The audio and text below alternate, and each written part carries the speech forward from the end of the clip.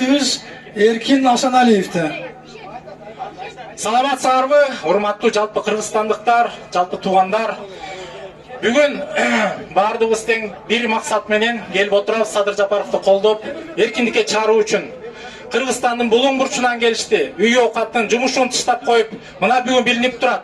Ким элдик саясатчы экендигин, ким элдин колдоосуна ээ экендигин бул жерден билип көрсө болот. Мына тегеретеде толтура эл турат. Эң өкүнүчтүүсү бул жерден мына жалпы Кыргызстандын эли келип атат.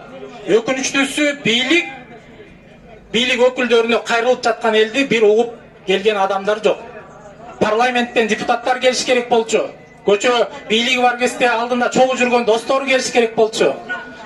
Жана ошондой эле президенттин өкүлдөрү келиш керек болчу.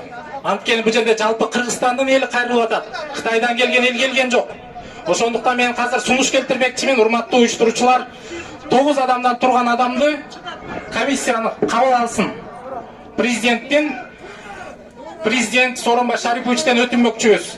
Бул жердеги элдин угуңуз бүгүнкү коңгуроо бул. Эгерде мурунку президенттердей болуп элден качпаш керек. Жөнөкөй адамдардын жашоосуна келсин. Жолугушууларда элден качпай келиш керек. Ар кайсы азгырыктардын колунан жетелеп отуруп, мурунку президенттерди элден бөлүп отуруп анга салгандыгын унутпаш керек.